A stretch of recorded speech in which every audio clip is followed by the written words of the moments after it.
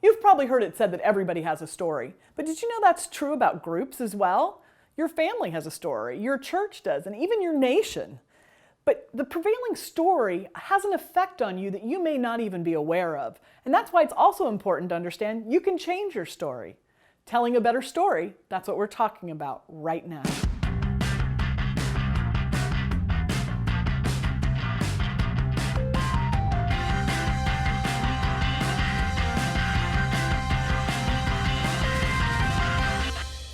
Welcome to Right Now. I'm Jennifer Shookman, and I'm really excited about today's topic. It's telling a better story. We're all telling stories, but we actually can control those and figure out what we want them to say and then make them happen. And we've got an expert today who can help us to do that.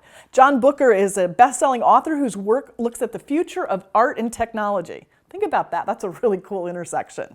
His passion is to help individuals, cultures, and nations tell a better story. John, I'm really excited to have you.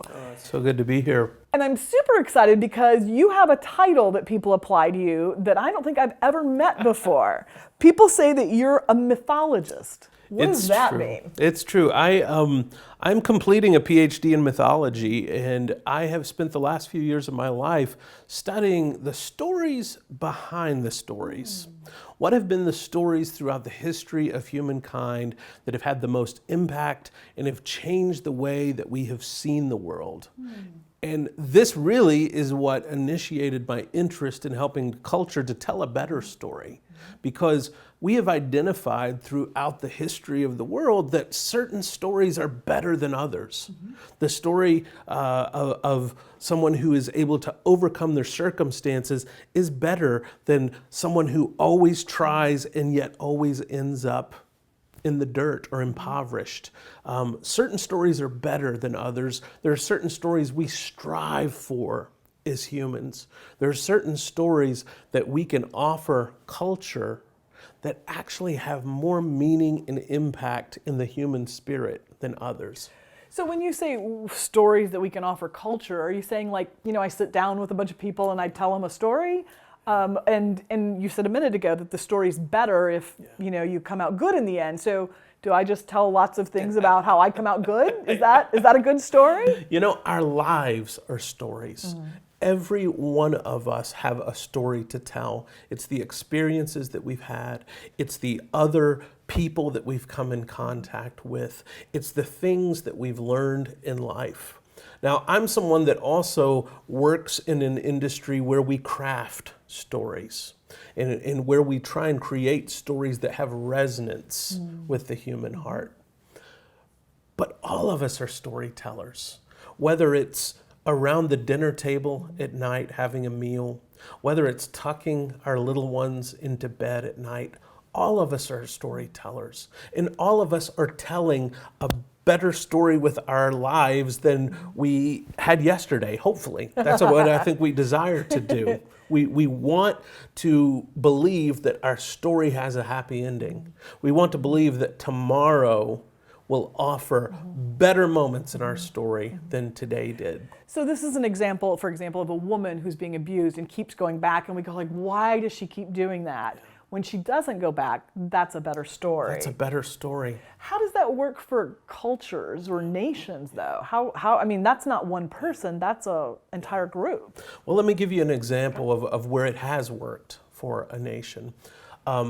The practice of Chinese foot binding existed for more than 2,000 years. It was a horrific practice where they bound women's feet into these shoes that were far, far too small and that literally broke the bones of a woman's foot.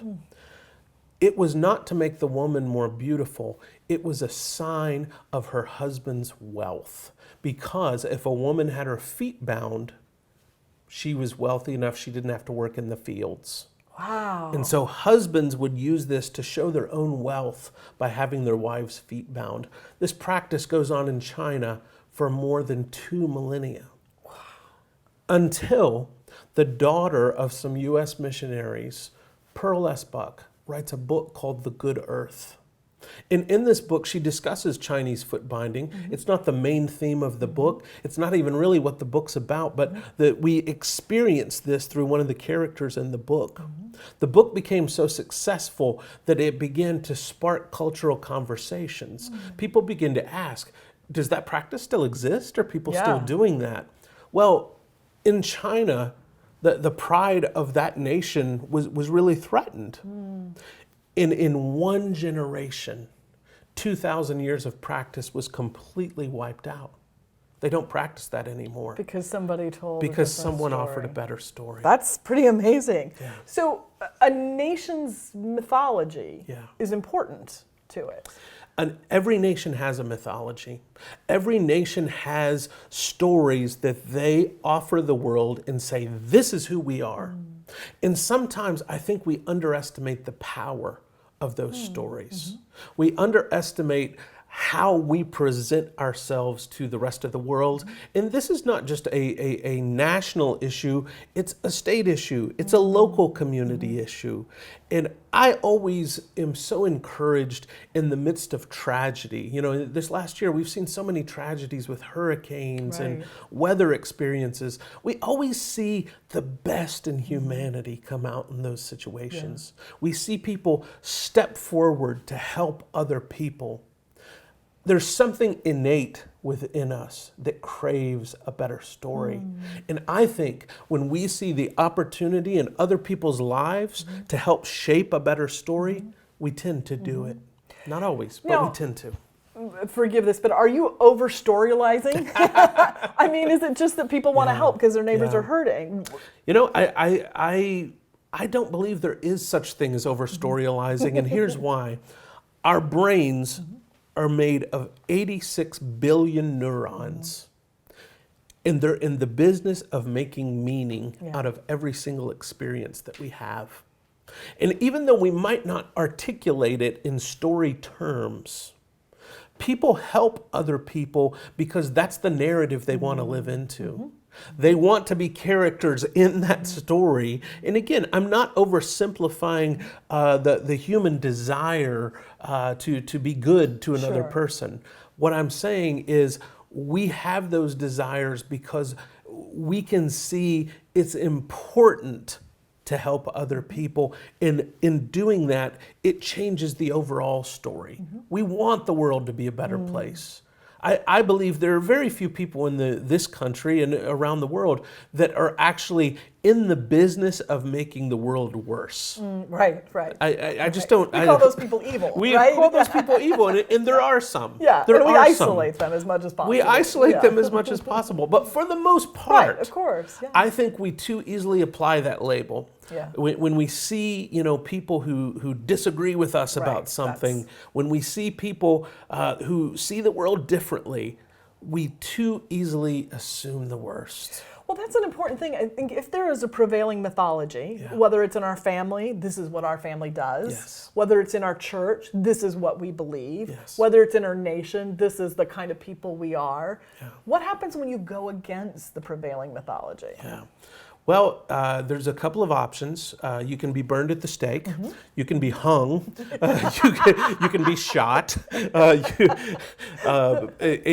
often the people who have had the greatest impact on changing the mythology, and again, I want to be careful in using that word because I know a lot of people see the term mythology and they think we're talking about Greek gods and goddesses. Yeah. And that's not the mythology we're talking about. We're talking about the narratives that people use to make sense of the world around them. Right. But let's look for a moment at the people who have tried to change cultural narratives and had some of the biggest impact.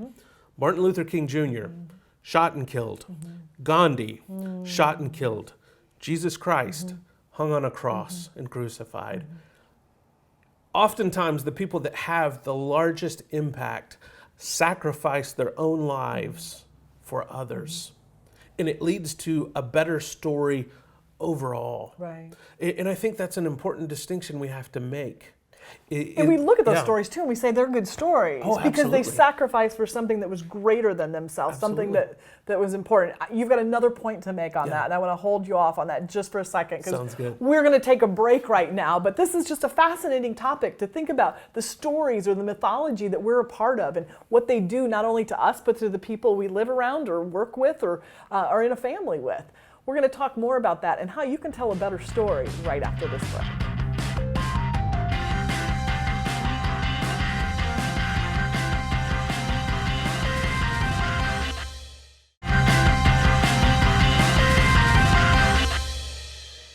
Welcome back. We're talking with John Booker, who's a filmmaker, who's a best-selling author, who's got lots of credits behind his name, but overall he's just really brilliant, especially when it comes to storytelling. And so you were talking before the break about this. Continue with your point about how there's a difference sometimes between the stories that we're involved in and There's such a difference between our personal stories that we live into and often the story of a culture, the stories of human beings as a whole.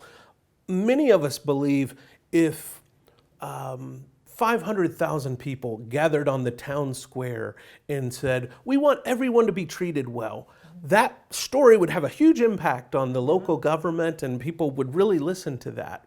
But if you ask people individually, would you come down to the town square on Friday night to do this? Most people would say, I agree, 500,000 people down there would make a huge difference.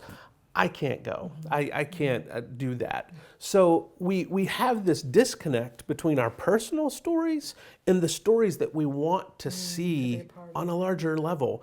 And oftentimes it is when we are willing to step out of our personal mythology and step into that larger story that we actually see people's lives change. So that's Tiananmen Square, That's where Tiananmen one Square. person went and changed it. Or it's Rosa Parks on the bus who said, I'm going to change this story about where people sit on the bus and to do that. That's right. Yeah, that's amazing to think about the power of that. And like you said, many times people are suffer because of taking that stand, but they also change things. It can put cracks in that then become fissures that then end up destroying that prevailing story.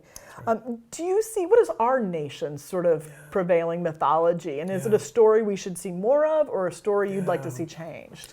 You know, there's so many wonderful things about this country, and there has been so much of our historical mythology that has made the world a better place. It really has.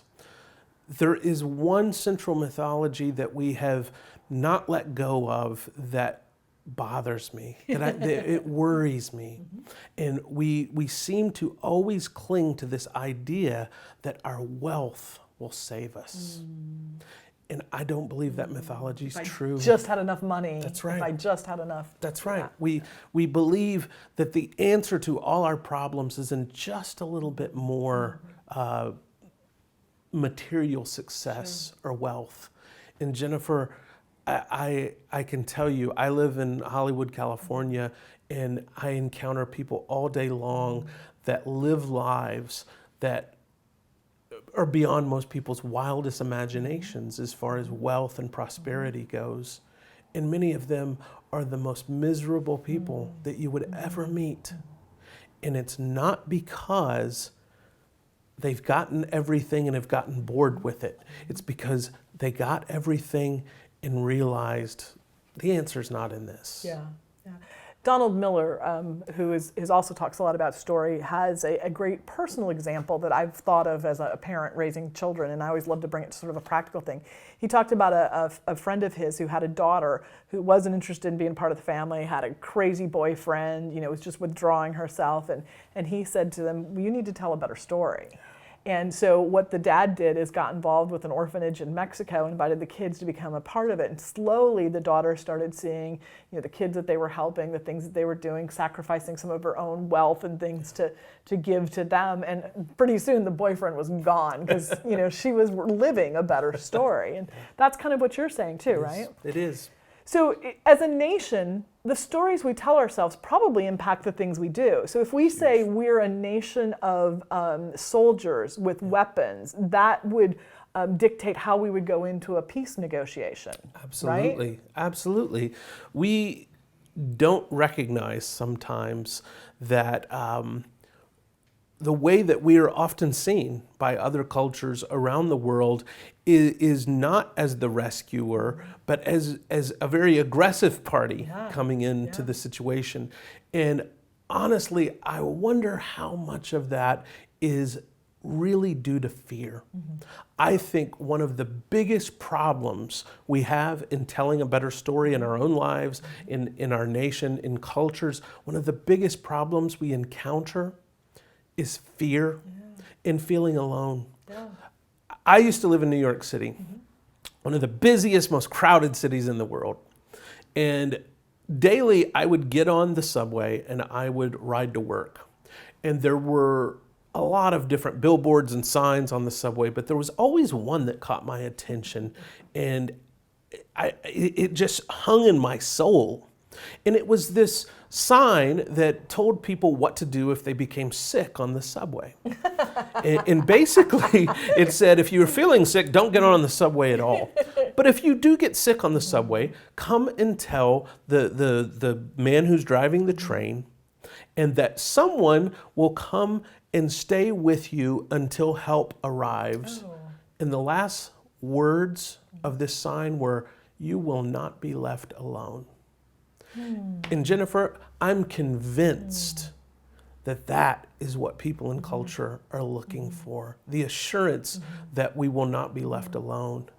And if we could do anything in telling a better story, if we could do anything as a nation for telling a better story to the rest of the world, I think it has something to do with us providing the assurance that, you know, when terrible things happen, you won't be left alone.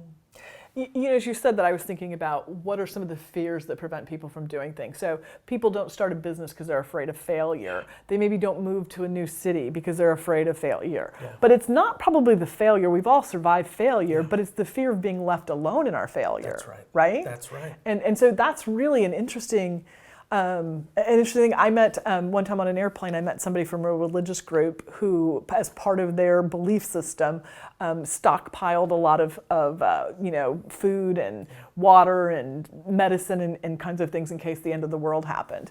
And I didn't agree with their theology at all, but I was like, at the end of the world, I want to be sitting next to you, you know, and it's again that fear of, you know, I don't want to be alone. I want to have things taken care of. So the stories that we're telling as a nation, as a people, as a church, as even ourselves, are important because they're communicating something about that. Let me tell you, Jennifer, I am a person of faith who is a very liberal person of faith. I have a very liberal theology. I'm very liberal about social issues. And some of my dearest friends in the world are conservative Christians, conservatives that if things really went south in my life, they would be some of the very first phone calls that I would make, because we have chosen to live life together into a better story than whatever divisions that we may have between us, keeping us from being just good human beings to each other. We've chosen a better story than that we don't have to agree on things. We don't have to agree on things that we could really disagree over and get very passionate about. We can hold that person in the highest esteem without having to agree with every single tenet of their beliefs. So what if you're in a story and you all of a sudden realize, this isn't a good story, or it's not the story I really want to tell with my life? How do you change that? That really is the million-dollar question, isn't it? How does one go about changing their story? I can tell you, the first thing that you have to do in changing your story is you have to want to.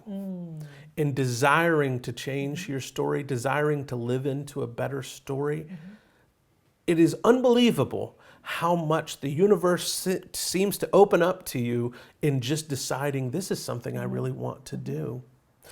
I have found in my own life that when I see parts of my own story that I really want to be different, deciding I want them to be different, and then actually taking some sort of actionable step.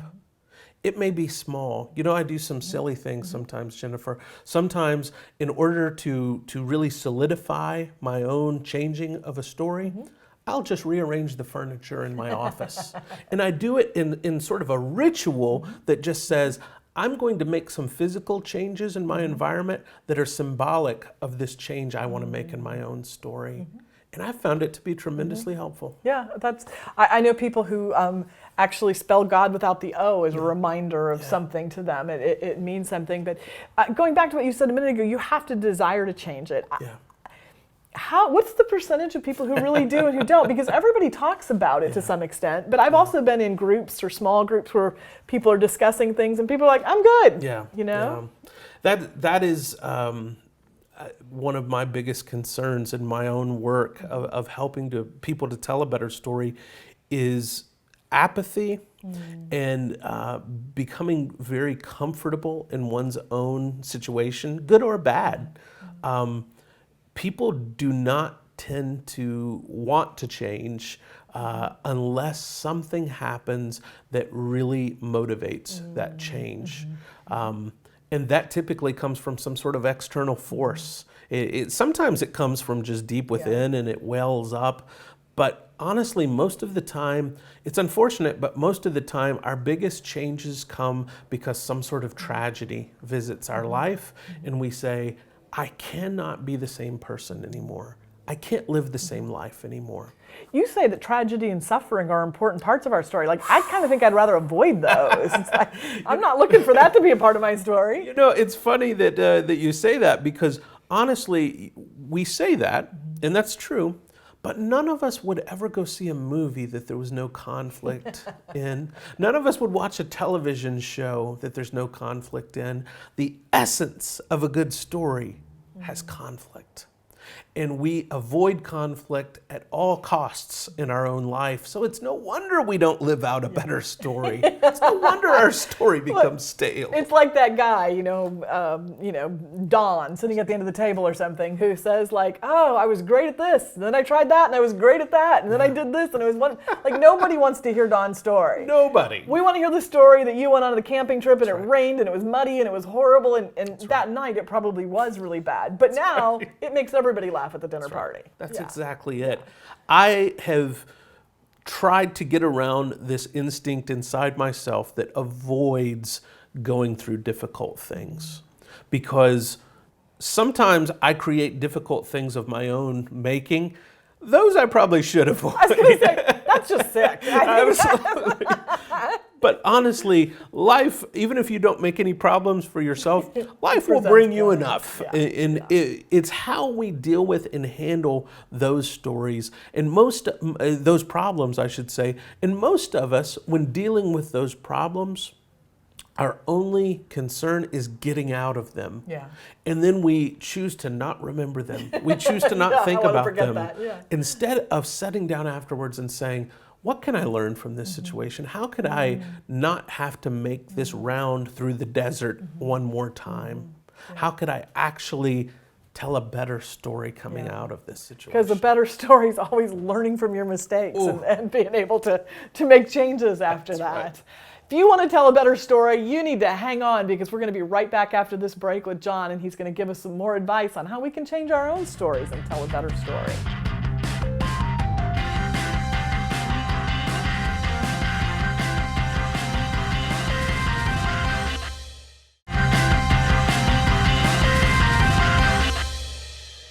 We've been talking some about individual stories with John Booker, but I have a question for you about nation stories. I've worked with people who've come from, for example, African nations, and people have treated them as victims or, treated them with a certain kind of, we need to help you out, and it's affected and shaped their country's culture.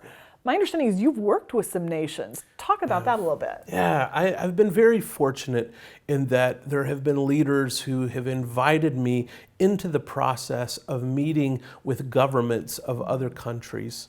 And in one country that I met with recently, I had the opportunity to sit down with the Secretary of Education and the Secretary of Defense, and we talked about what would be a better story for that nation. And then, more importantly, how could they go about telling a different story in their culture? This particular culture really had had a lot of difficulty with civil wars. They had been occurring just every 10 or 12 years, a new civil war would overthrow the government. And what had happened, the mentality and the psychology of the people within that country had gotten to a point where people didn't believe change was possible. People felt like that their self-esteem was at a level they just didn't believe change was possible. I asked these leaders, has anything been consistent the last 40, 50 years? They said, well, the football team. And so we began to try and craft narratives using the football team as an example of the sort of stability that would cause self-esteem to rise in that nation. And it's an ongoing work, it's an ongoing process. Wow. But, So yeah. almost anything can be used to craft a better story, Absolutely. whether it's your life, your circumstances, even the suffering that you may be going through and the pain that you may be feeling. I think John's taught us, if anything, is we need to just be more thoughtful about the stories that we live in and that we create and that we hear from others. And we can actually push back against some of those stories that just don't agree with what we think is a better story. Thanks for being a part of our show today. You help make it a better story.